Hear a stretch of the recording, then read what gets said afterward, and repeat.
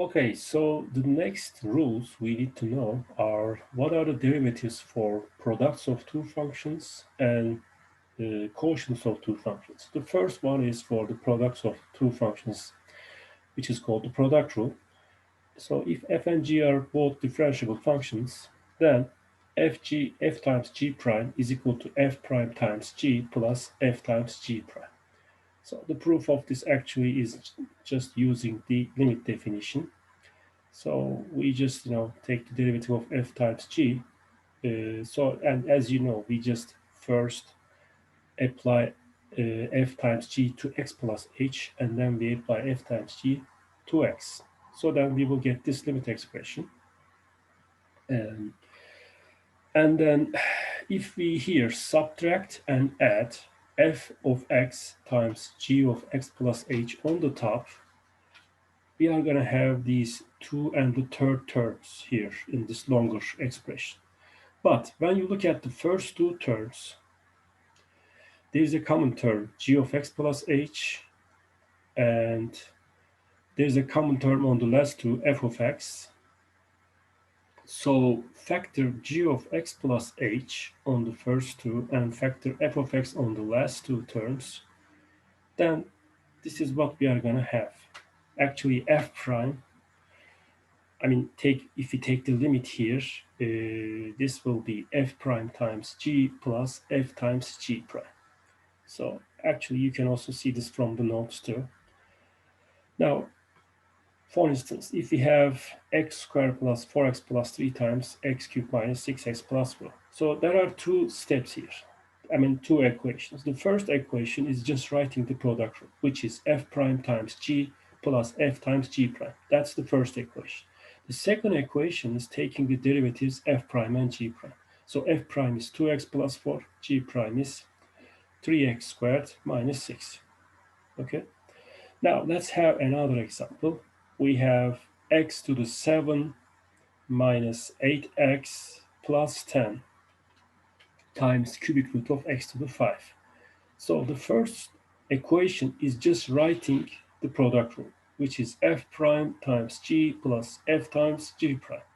And then the second equation is actually computing the derivatives f prime g prime. So f prime is 7x to the 6 minus 8, and g prime is 5 over 3 x to the 2 thirds. So that's how we get the derivative. There's an important important remark, which is actually a common confusion, and it's not correct. So f times g prime is not equal to f prime times g prime. Okay. For instance, let's say we have two functions, f equals 2x plus 5 and g equals x squared. Take the product and then the derivative of the product. So 2x plus 5 times x squared will be 2x cubed plus 5x squared. And the derivative of this function will be 6x squared plus 10x. But take the derivative of f, which is 2, and then take the derivative of g, which is 2x, multiply them. Well, that's equal to 2 times 2x, which is 4x, but that's not equal to 6x squared plus 10x. So as you see, f prime times g prime doesn't give actually f times g prime. Okay? If we had done it with the product rule, we would also find the same result. Now, the second rule which we need to know is the quotient rule. This is for the derivative of quotients of two functions. So if we divide f by g, then the derivative of such a function is given by the quotient rule, which is actually f prime times g minus f times g prime all over square of g. Again, if we just use the limit definition of derivative, so we just write f over g for x plus h, and then we subtract f over g of x, and then we divide this by h. Well, we have two fractions on the top, so in order to subtract them, we make the denominators equal by expanding the first one by g of x and expanding the second by g of x plus h. So that gives us this second equation. Since the denominators are now same, which is g of x plus h times g, on the top we have these two terms. Now, in order to simplify this, something similar to product rule, we subtract and add f times g on the top. So if we add and subtract the same thing, it's not going to change anything, because subtracting a quantity and then adding the same thing is not going to change because it's equal to 0. However, if we do this thing, then as you see, now we will have on the top, on the first two terms, g of x as a common term, and on the last two terms, f of x is the common term. Actually, minus f of x is the common term. So if we factor these common terms, what are we going to have? We are going to have this expression here. So g is a common term on the first two, and actually minus f is a common term for the last two. So this is supposed to be minus here.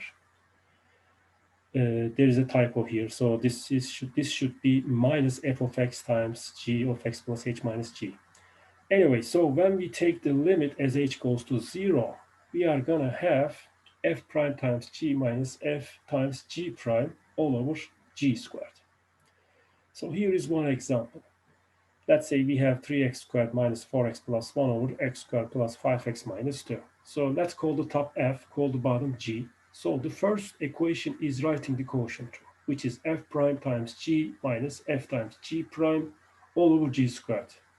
And then the second equation is just writing the derivatives f prime and g prime into the first expression. And then we will get the result. Second example, if we have x cubed plus 7x plus 1 all over x to the 6 minus 8x plus 4. So the derivative will be, the first step will be just writing the quotient rule, f prime times g minus f times g prime all over g squared. So here f is top function, g is bottom function. The second equation will be taking the derivatives. Derivative of x cubed plus 7x plus 1 is going to be 3x squared plus 7. And derivative of x to the 6 minus 8x plus 4 is 6x to the 5 minus 8. And then the remark here is something similar to the product rule. There is a common confusion there might be, like derivative of f over g is not equal to f prime over g prime. Okay, that's not right. As we just have seen, there's a quotient rule, and that's not correct. So let's see this with some example. For instance, let's say f is x cubed plus 4x squared and g is x. Then what is f over g going to be? Well, that's going to be equal to x squared plus 4x. So when we take the derivative of f over g, we are going to get 2x plus 4. But then let's find f prime, which is 3x squared plus 8x, and let's find g prime, which is 1. And then what's the derivative? What's the quotient of f prime over, well, f prime g prime?